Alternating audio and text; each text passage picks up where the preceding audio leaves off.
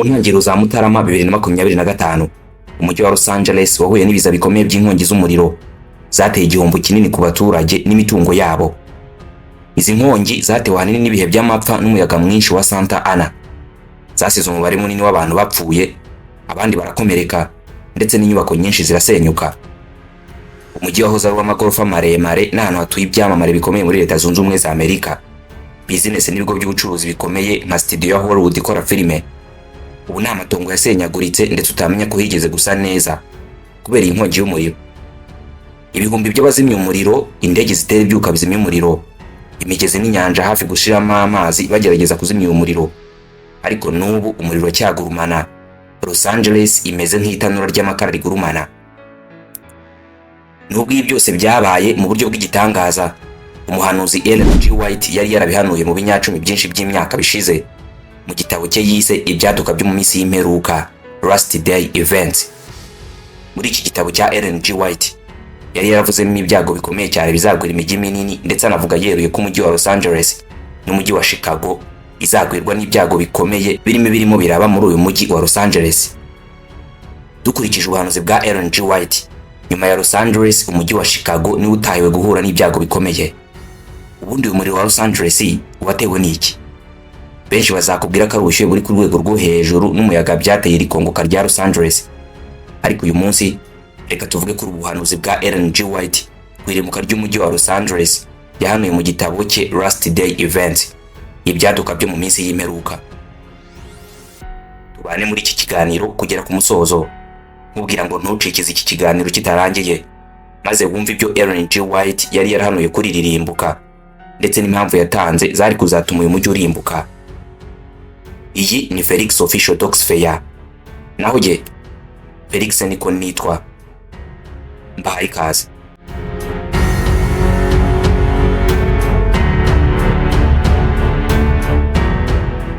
Ku itariki ya 7 Mutarama 2025 inkongi y'umuriro yatangiye kwibasira agace ka Pacific Palisades mu mujyi wa Los Angeles muri leta ya California muri Leta Zunze Ubumwe za Amerika.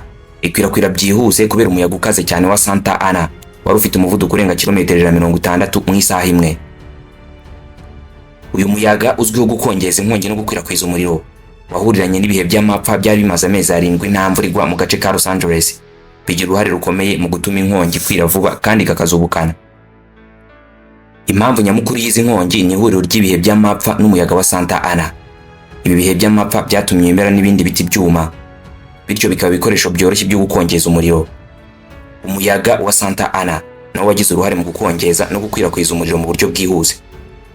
Nubwo iperereza ku mpamvu nyakuri zateye iyi nkongi zigikomeje, hari amakuru avuga ko imiyoboro y'amashanyarazi ishobora kuba yaragize uruhare mu gutangiza inkongi, cyane cyane mu gace ka Eaton Canyon. Uhereye umuriro watangira kwaka, izi nkongi zateje igihombo gikomeye mu bice bitandukanye bya Los Angeles. Inkongi ya Palisades yibasiye cyane agace ka Pacific Palisades, Topanga na Malibu. Izi nyubako zirenga 5,000 harimo n'iz'abantu b'ibyamamare nka Paris Hilton, Milo Ventimiglia na Anthony Hopkins. Abaturage barenga 100,000 bahise bahungishwa mu buryo bwihuse kubera ubukana bw'umuriro. Mu gace ka Altadena, inkongi ya Eaton yibasiye cyane, isenya inyubako zirenga 10,000 harimo n'ibigo by'amashuri n'ibitaro. Abantu barenga 100,000 bahungishijwe muri ako gace, kandi inkongi yahitanye abantu 17, abandi barenga 24 baburirwa irengero. Muri rusange izi nkongi zateje igihombo gikomeye ku mutungo, harimo gusenya inyubako zirenga 12,000 no kwangiza ubutaka burenga hegitari 16,000. Ibihumbi magana by'abantu barahungishijwe mu bice bitandukanye bya Los Angeles, kandi umubare w'abapfuye wageze kuri 28, abandi benshi barakomereka. Mu guhangana n'izi nkongi, inzego zishinzwe kuzimya umuriro zakoresheje uburyo butandukanye, burimo gukoresha indege zimanura amazi n'ibindi bikoresho bizimya umuriro. Icyakora kubera ubukana bw'umuyaga wa Santa Ana byagoraga indege gukora neza akazi kazo, kuko umuyaga mwinshi watumaga amazi atagera ku bice byari byibasiwe n'umuriro. Abazimya umuriro barenga 2,000 baturutse mu bice bitandukanye bya California no hanze yayo bafatanyije mu guhangana n'izi nkongi. Icyakora kubera ubukana bw'umuriro n'ubushyuhe bwinshi byagoraga cyane ibikorwa byo kuzimya umuriro, ari naho amazi yaburaga mu miferege y'amazi yo muri iyi mijyi, bigatuma ibikorwa byo kuzimya umuriro birushaho kugorana. Mu gihe cy'ibi bihe bikomeye, abantu batandukanye barimo n'ibyamamare bafatanyije n'abaturage mu gutanga ubufasha. Umuherwe Jose Andre n'umuryango we wa World Central Kitchen batanze amafunguro ku miryango yibasiwe n'inkongi ndetse n'abazimya umuriro bari ku murongo w'imbere. Umukinnyi wa filime Jennifer Garner nawe yifatanyije nabo mu gutanga ubufasha, agaragaza umutima w'impuhwe n'ubwitange.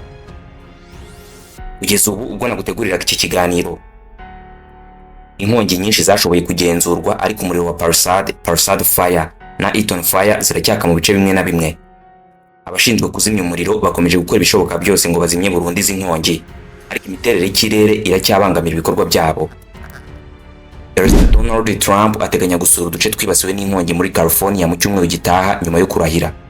Yagaragaje impungenge ku buryo leta ya California yitwaye mu guhangana n'ibi biza, ndetse asaba ko Guverineri Gavin Newsom yegura, amushinja politiki zatumye habaho ikibazo cy'amazi make byadindije ibikorwa byo kuzimya umuriro. Guverineri Newsom yahakanye ibyo ashinjwa, avuga ko bakoze ibishoboka byose mu guhangana n'ibi biza. Reka tugaruke ku buhanuzi bwa Ellen G. White ku irimbuka rya Los Angeles. Umuhanuzikazi Ellen G. White, umwe mu bashinze itorero ry'Abadiventiste umunsi wa karindwi, azwi cyane kubera inyandiko ze zishingiye ku byahishuwe n'Imana. Mu gitabo cye Ibyaduka byo mu minsi y'imperuka, Last Day Events, yagarutse ku byago bizagwira imijyi minini nka Chicago na Los Angeles mu minsi y'imperuka. Ubuhanuzi bugaragaza ingaruka z'ubwiyongere bw'ubugome n'ibyaha, bigatuma uburinzi bw'Imana bukurwaho, bityo hakaba kwangirika gukomeye. Mbere yo gukomeza, reka mwibutse ko umujyi wa Los Angeles ari umwe mu mijyi iberamo ibyaha byinshi hano ku isi, cyane cyane ubusambanyi. Los Angeles wafatwaga nk'umujyi w'ubusambanyi, ndetse ntibyari igitangaza kubona abantu basambanira ku karubanda mu mujyi wa Los Angeles. Ubusambanyi n'ubwicanyi, ikoreshwa ry'ibiyobyabwenge ndetse no guhakana Imana ni ibintu bisanzwe, ndetse abantu batatindagaho muri uyu mujyi w'ubusambanyi. Ellen G. White yanditse ko yabonye mwiyerekwa ibyago bikomeye byari bigiye kugwira umujyi wa Chicago n'indi mijyi minini. Yavuze ko uko ubugome n'ibyaha byiyongera, uburinzi bw'Imana bwakurwagaho, bigatuma habaho ibiza n'imiyaga bikomeye, inkubi z'umuyaga, inkongi z'umuriro n'umutingito w'isi, byose bigasenya inyubako. Yongeyeho ko yahawe umuburo w'uko Abadiventiste batagomba gushora imitungo myinshi mu kubaka inyubako zihenze muri Chicago cyangwa indi mijyi nka Los Angeles, keretse habonetse ibimenyetso by'uko Imana ibishaka kandi bigamije gutanga umuburo. Mu nyandiko ye yagize ati, inshuro nyinshi neretswe ko tutagomba gushora imitungo myinshi mu kubaka amazu mu mijyi minini. Ibi byerekana ko Ellen G. White yabonaga imijyi minini nk'ahantu hashobora kugwirirwa n'ibyago bitewe n'uburyo abantu babagamo batitaye ku murongo w'Imana. Muri ubu buhanuzi kandi, Ellen G. White yavuze no ku yindi mijyi nka San Francisco na Oakland, avuga ko izahinduka nka Sodomu na Gomora kubera ibyaha byari biyirimo, kandi ko Uwiteka atazatinda kuyigenderera.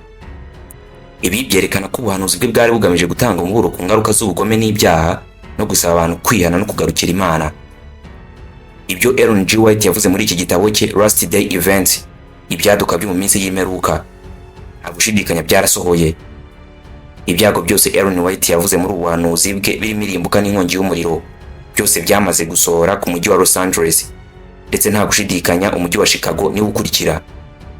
Niba ushaka kumenya byinshi kuri uyu muhanuzikazi Ellen White ndetse n'ubundi buhanuzi butandukanye yahanuye, kandi subscribe ntuzacikwe n'ikiganiro kivuga byinshi kuri we.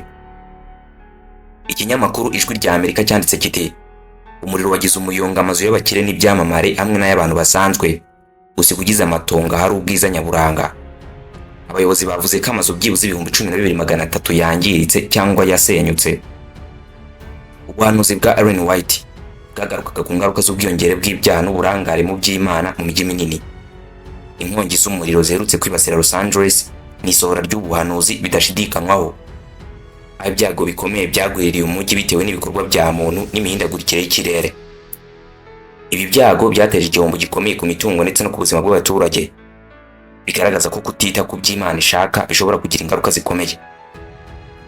Ni ngombwa ko twita ku butumwa bw'ubuhanuzi, tukagira imibereho iboneye, kandi tukarushaho kwita ku bidukikije no ku by'Imana ishaka, kugira ngo twirinde ibyago nk'ibi byagwiririye umujyi wa Los Angeles. Ndagushimiye ko wabanye nanjye muri iki kiganiro kugera ku musozo.